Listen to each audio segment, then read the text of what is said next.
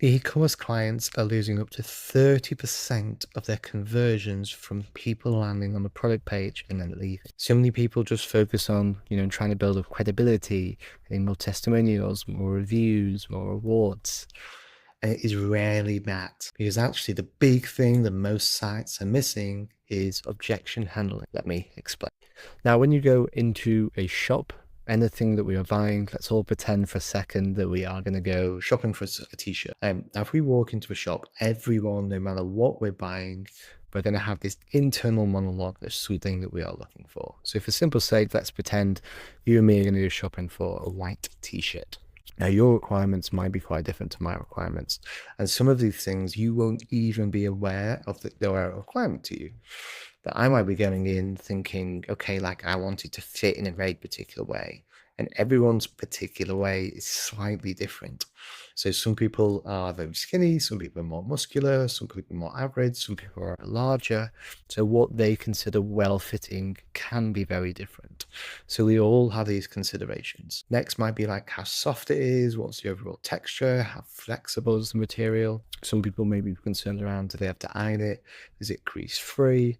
Other requirements that might be just down to like, does it wick sweat away? Because I'm planning on wearing it in the gym more often. Can I put it in the washer? Can I put it in the dryer? I mean, obviously you can put it in the washer, but can I put it in a dryer? Does it have to be dry cleaned? All of these things are requirements that we, when you pick something up, you have a look at it, and you can hold it to your body. Visually you can enter those. You can visually, not even just visually, but you can touch something and go, yes, this feels soft. I can hold it to my body to get an idea of what that shape is going to be. I can quickly check the label to see what it's going to be like. There's all of these extra requirements. I think when we did a bit of a study on this, there's about 50 different items that could be important when just buying a white t-shirt. So if you take that to your products and what you guys are selling, you can start to see how actually handling these objections on site becomes really, really critical, and the salesmanship is something that's missed. Now, let's just take the Amazon site, right? Now, Amazon has to cover for thousands of different product types, and although it has now introduced additional blocks, if you're using a very standard Amazon product page, it's going to have an image, a title, a description, and some reviews. Obviously, if you're the big sense shops, you can have more options, but actually that's 90% of e-commerce stores have this layout, right? It's the image, it's the title, there's a small description, and there's like some buying options, and that's pretty much what we do. And then when we think, oh, we're not selling enough, it's like, oh, we need better photography, or we just need more reviews on here. And actually, what the site is lacking is just salesmanship. It's understanding these potential objections and then being able to answer them.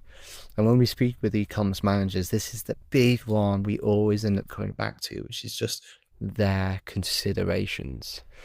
And if we're not, then that's what we need to look at. So how would we do this? I'm going to keep with our example of the white t-shirt.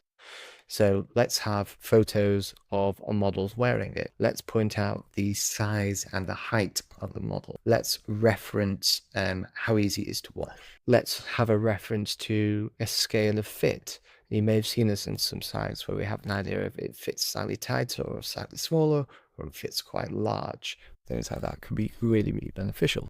Maybe we should have an option to switch between male and female in the imagery so that we can see how it fits on different genders. Maybe we should have some closer photography of the labels, or even just the overall stitching, or showing the hand to see how well made it is. Maybe we should have some icons to reference how breathable it is, or what kind of circumstances it can be used in. Is it going to be good to people who are cold and they want it as a base layer? All of these things then become major considerations when I'm buying something.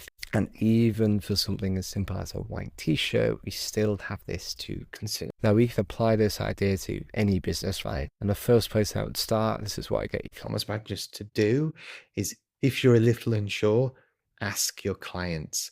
And we want to split this down into a few different ways. So we want to speak to the clients who have been with you for a long period of time, who keep buying from you. So who are those repeat customers? Because we want to understand why they keep coming back. The next one is who are new clients? Who are these new people who just recently bought from you? Because we want to understand why. Why did they choose your particular brand, your particular product to start buying from? And actually, both of those two things are normally slightly different, but they're normally both have lots of benefits that we can then add to the site to really sell and showcase your products in more detail. Now, yes, this might lead to additional design elements that need to go onto the site, but some of this can just be mocked up with better photography or more content that can really help. So we don't need huge, time spent, but just doing that analysis is great. And the next question that you're hopefully thinking of is, how do I ask this? Now, for some people who have obviously got hundreds or thousands of people buying from them, you have to look at buying history. And I would say, feel free to send an email, but just try to make it a non-generic one. It might just be a hand, written out saying, hey, we've noticed you bought extras. We're trying to improve our site. And here's a couple of questions. Is there any chance you can do it? And maybe try and give them something like a voucher off to try and incentivize them.